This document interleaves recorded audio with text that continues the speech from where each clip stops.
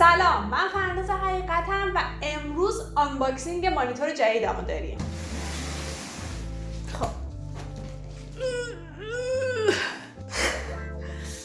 فرض معرفی میکنم مانیتور جدیدم مدل تاف گیمینگ VG32VQ.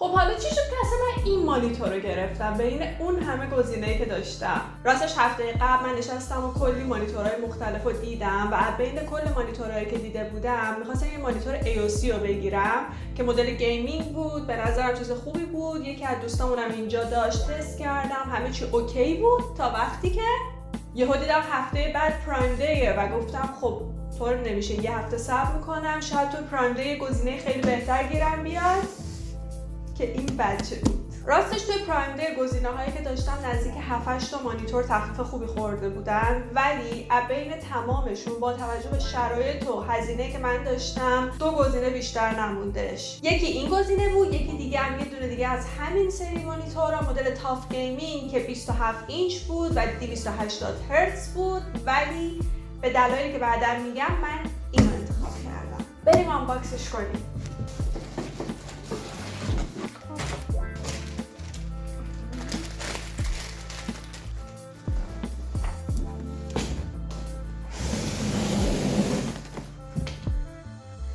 که میشه انگشتم لایه چیز گیر کرد. باشو بیا با عشق من خورده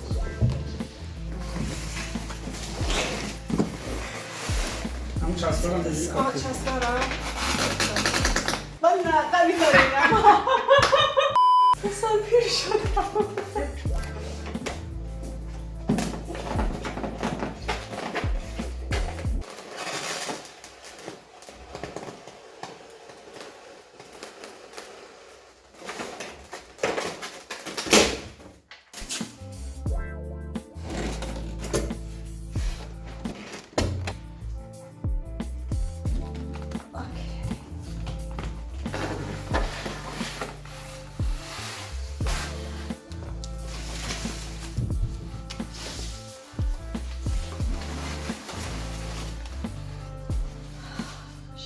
شت چقدر خوشگله پشتش.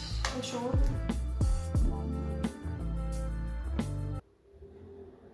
خیلی بزرگه.